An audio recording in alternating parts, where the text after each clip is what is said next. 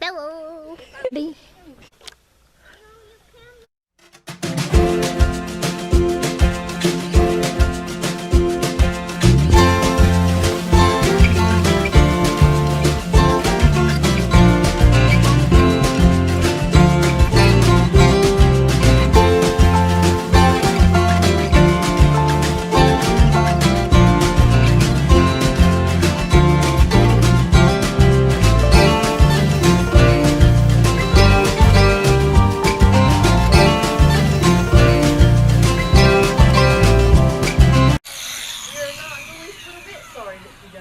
No, I'm actually a pretty good person. I don't think I'm very sorry at all.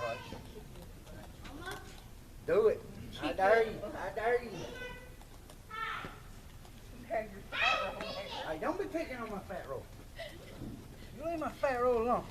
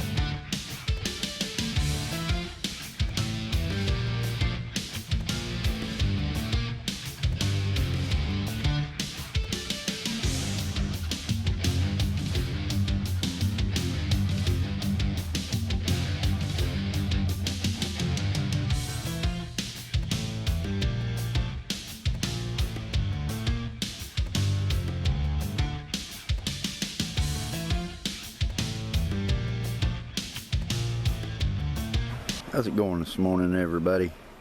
You can see right there, that section right there, we run out of inch lumber, the frame and stock lumber that we had gotten to sheath the house, or we've been calling it storm boxing, but I think all the carpenters call it sheathing, even though they're using inch lumber. So that part right in there, we're going to finish with a plywood, because I've already got plywood here, and I can finish it with it better than I can go and try to round up more lumber. But either way, you can see that we got front wall, both side wall, or yeah, the front wall and both sides finished. Other than I have to go through with the nail gun and nail all of it into place. We went through with just hammer and nails as we was putting it up, and put one nail into each stud and each board to hold it all in place. But if you go to trying to drive nails through, because a lot of what we're using is seasoned out poplar and oak, and it is really fun to try to nail with a nail gun, or with a hammer and nails. So we're gonna go through and nail it in with the nail gun this morning.